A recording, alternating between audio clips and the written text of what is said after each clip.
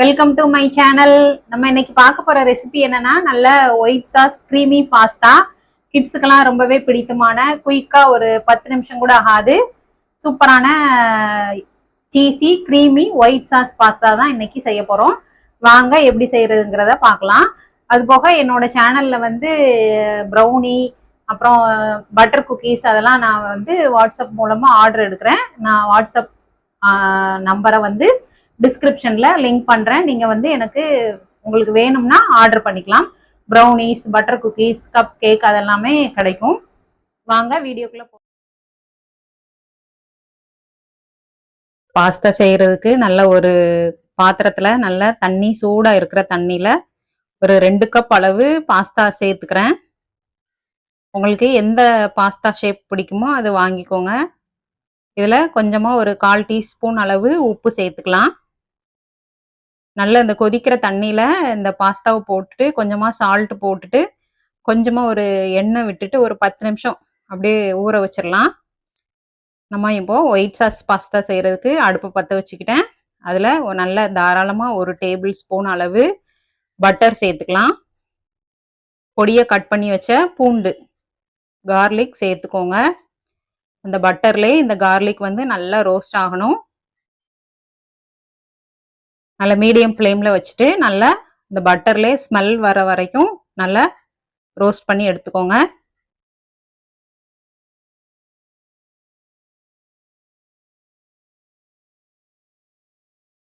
நல்லா மொறுமொறுன்னு பொரிஞ்சு வந்துட்டு இப்போ இதில் ஒரு 2 டேபிள் ஸ்பூன் அளவு மைதா மாவு சேர்த்துக்கலாம். நம்ம இந்த பாஸ்தாவுக்கு ஒயிட் சாஸ் செய்ய போகிறோம். அதனால மைதா மாவு ஒரு 2 டேபிள் ஸ்பூன் அளவு தாராளமாக சேர்த்துட்டு அந்த பட்டர் கார்லிக்கோட அந்த மைதா மாவு பச்சை வாசனை போக நல்லா லோ ஃப்ளேமில் வச்சுட்டு நல்லா ரோஸ்ட் பண்ணிக்கோங்க.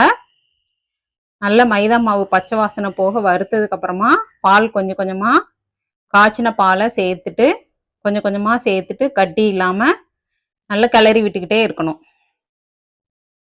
நல்ல க்ரீமி டெக்ஸ்சர் வர வரைக்கும் நம்ம இந்த மைதா மாவு கெட்டி தட்டி இல்லாமல் நல்ல அந்த க்ரீமி டெக்ஸ்சர் வர வரைக்கும் நல்லா நம்ம லோ ஃப்ளேமில் வச்சுட்டு கிண்டிக்கிட்டே இருங்க. இதுதான் இந்த ஒயிட் சாஸ் பாஸ்தாவுக்கான பேஸ். இதில் நம்ம காரத்துக்கு தகுந்தாப்புல சேர்த்துக்கலாம். Chilli flakes, oregano. நான் இன்னைக்கு வந்து ஓரிகோனாவும் சில்லி ஃப்ளாக்ஸும் தான் சேர்த்துக்கிறேன். சில்லி பவுடரும் சேர்த்துக்கலாம். நான் வந்து இன்னைக்கு ஓரிகோனாவும் சில்லி ஃப்ளாக்ஸ் மட்டும் வச்சு தான் செய்ய போகிறேன்.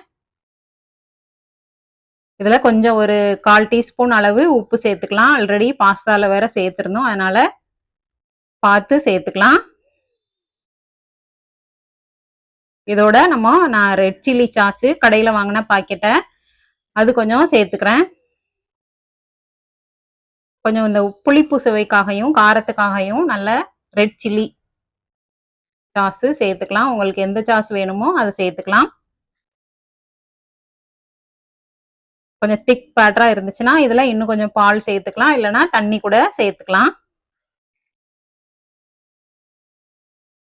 இந்த பாஸ்தா வந்து நம்ம ஒரு 10 மினிட்ஸ் கூட ஆகாது, குயிக்காவே செஞ்சிடலாம். கிட்ஸுகளுக்கெல்லாம் ரொம்பவே பிடித்தமான ஒயிட் சாஸ் பாஸ்தா. நம்ம ஊற வச்ச பாஸ்தா நல்லாவே ஊறிடுச்சு.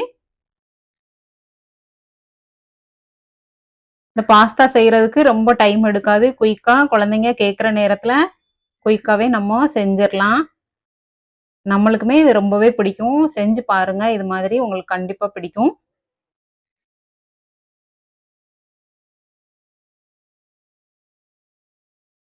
நல்ல அந்த க்ரீமி டெக்ஸ்சரோட இந்த வேக வச்ச பாஸ்தாவையும் போட்டுட்டு நல்லா லோ ஃப்ளேம்ல வச்சுட்டு நல்லா கிளறி விட்டுக்கிட்டே இருங்க.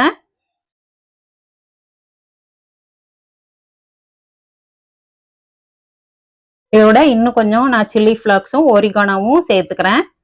வேற எக்ஸ்ட்ரா மிளகுத்தூள், சில்லி பவுடர் எதுவுமே சேர்க்கல. இந்த 2 பவுடர் மட்டும் வச்சுட்டு தான் நான் இன்னைக்கு செய்கிறேன். உங்களுக்கு காரம் இன்னும் வேணும்னா சில்லி பவுடர் சேர்த்துக்கலாம், மிளகுத்தூள் சேர்த்துக்கலாம். நான் வந்து கிட்ஸுக்கு செய்கிறதுனால ஓரிகோனாவும் சில்லி ஃப்ளாக்ஸ் மட்டும் வச்சு செய்கிறேன்.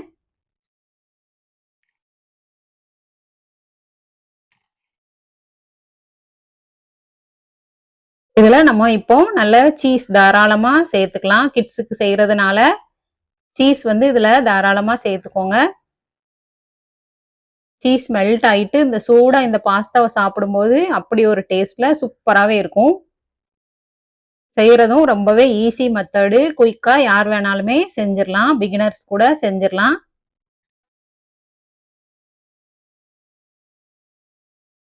சீஸ் வந்து உங்களுக்கு எந்த அளவுக்கு தேவையோ அந்த அளவுக்கு சேர்த்துக்கோங்க.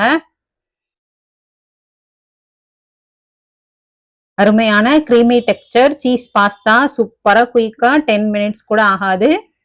சூடா தண்ணி வச்சுட்டு பாஸ்தாவை போட்டுட்டு நம்ம அந்த ஒயிட் சாஸ் ரெடி பண்ணணும். அவ்வளோதான். குயிக்கான மெத்தட்ல இந்த சீஸ் கிரீமி பாஸ்தா செஞ்சுட்டோம். இது மாதிரி நீங்களும் ட்ரை பண்ணி பாருங்க. இது சூடா இருக்கும்போதே நம்ம பரிமாறிடலாம். எளிமையான முறையில குயிக்கா ஈஸியான மெத்தட்ல இந்த ஒயிட் சாஸ் பாஸ்தா எல்லாருக்குமே பிடிச்சமான கிட்ஸுக்கு பிடிச்சமான பாஸ்தாவை நீங்களும் ட்ரை பண்ணி பாருங்க. ட்ரை பண்ணி பார்த்துட்டு கமெண்ட் பண்ணுங்க. என்னோட வீடியோ பிடிச்சிச்சுன்னா லைக் பண்ணி ஷேர் பண்ணுங்க. சப்ஸ்கிரைப் பண்ண மறக்காதீங்க ஃப்ரெண்ட்ஸ். Okay friends, thank you.